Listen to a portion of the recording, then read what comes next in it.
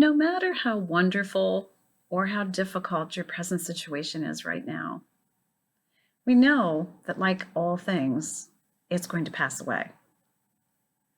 And clearly, we know that it's easy to give thanks for all the blessings.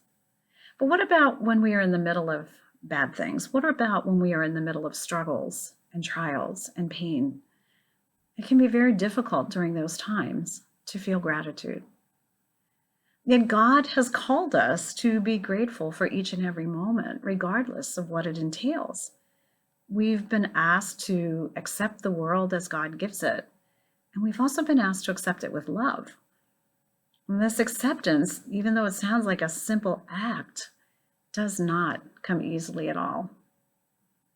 Of course, we find it easy to thank God when things are going well in our lives. But what about those times when we're struggling? How can we possibly give thanks in all things, in all circumstances when we're hurting? Well, the simple answer is that we really can't. Unless, of course, we've learned to live and cultivate a life of gratitude, and that we've learned to fully rely on the grace of God in our lives. Now, gratitude, if you recall, is not this smile through everything, push on through, ignore what hurts mentality. It's not a quick heal. It's not an immediate relief. It's not even something that you can just simply develop overnight. It's a lifestyle. It's a virtue. It's a way of living and appreciating everything as gift. Practicing and living a life of gratitude doesn't mean that we're always going to be happy and delighted.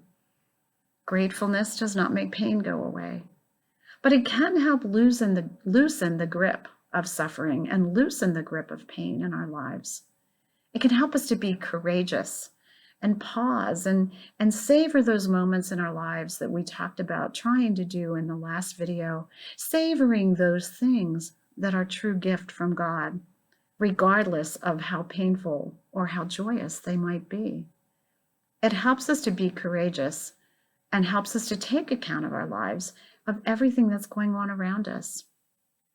And it leads us to say thank you for all of it, even the parts that we don't want to have to deal with. And then we can see that redemption lies beyond whatever darkness we're facing.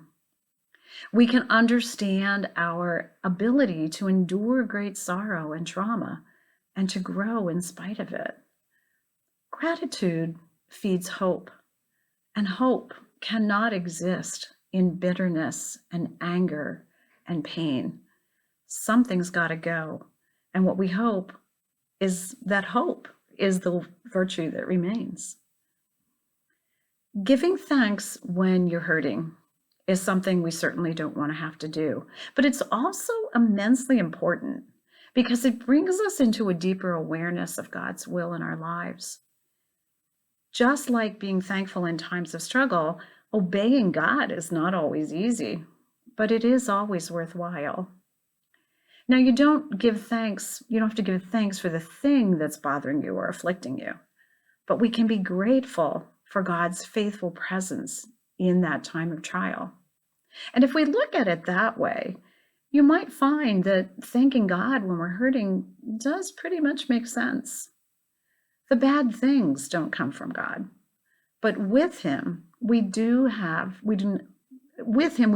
have to be controlled by those events, by those things. We know that he will be there with us to help us walk through them.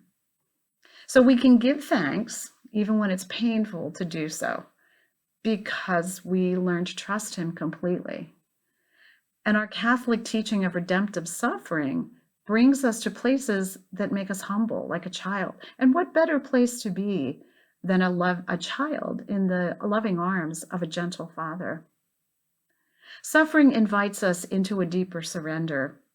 It helps us to relinquish control and learn to develop a more childlike trust in God.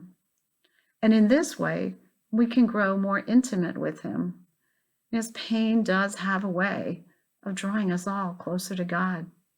It makes him feel so real that we can reach out and touch him.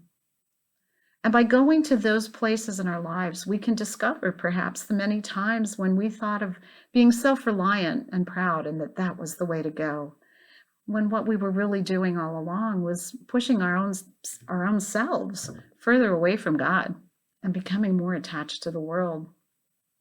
We were actually protecting ourselves instead of letting go and trusting God to do what he wants in our lives. Now, the Catholic Church teaches very wisely that in order to feast, we first have to enter a fast. Just think about the times during Lent when we are fasting before the joy and celebration of Easter. In other words, we need to empty ourselves and we need to trust him. We need to rely on his love and his strength to carry us through. He sent not just Christ to walk beside us, but he gives us his angels to take charge and watch over us. When we begin to develop the practice of making a daily act of gratitude, just a little daily reminder that things are in fact not in our control, this helps us to receive the future with more openness.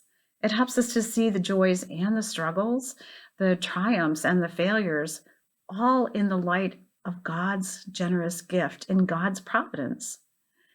And taking the time to sincerely and honestly and deeply thank God ahead of time for whatever he's going to send in the future shows a great, bold act of confidence in him, but also a sign of great trust and love and the understanding that his providence will lead us to a more deep life of gratitude.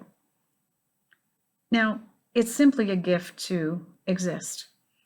And with existence comes suffering. There's no getting around that. Our life is going to include suffering.